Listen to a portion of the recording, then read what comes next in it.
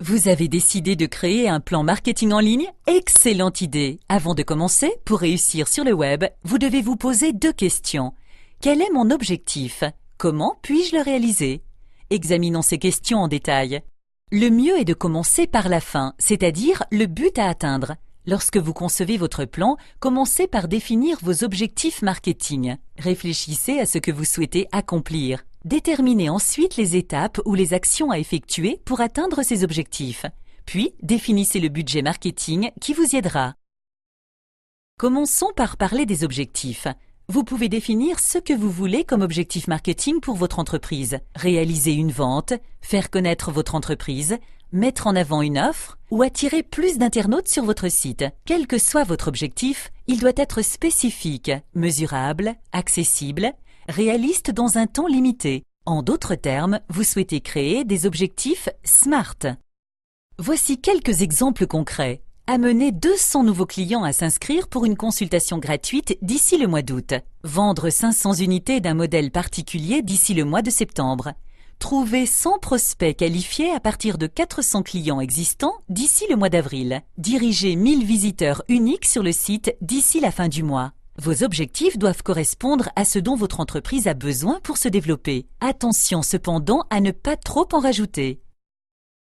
Après avoir défini vos objectifs, réfléchissez à la manière de les atteindre et aux étapes nécessaires pour y parvenir. L'une des premières étapes consiste à déterminer le type de présence en ligne nécessaire pour atteindre vos objectifs. Il est possible que votre site suffise à lui seul à couvrir tous vos besoins, ou peut-être voudrez-vous explorer d'autres options en ajoutant un blog ou un site de réseau social. Par exemple, si votre objectif est d'augmenter les ventes, le plus simple sera sans doute d'attirer plus d'internautes sur votre site. Si votre objectif est de vous rapprocher de vos clients existants, une page de réseau social est peut-être la solution. Enfin, si vous voulez que les clients potentiels dans votre quartier vous trouvent facilement, essayez les offres de proximité en créant une fiche d'entreprise par exemple.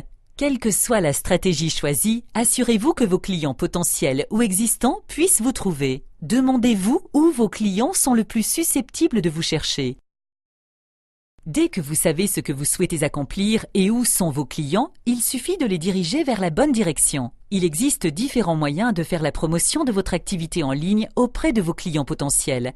Par exemple, vous pouvez revoir le contenu de votre site afin que les clients potentiels le trouvent plus attractif, créer des annonces dirigeant vers votre site et faisant la promotion de vos produits et offres spéciales, créer votre fiche d'entreprise pour faire jouer la proximité dans vos ventes, créer une page sur un réseau social et partager des mises à jour, des coupons et bien plus, présenter vos bonnes affaires sur les sites spécialisés, référencer votre entreprise sur les sites d'avis et inviter vos clients à laisser un commentaire.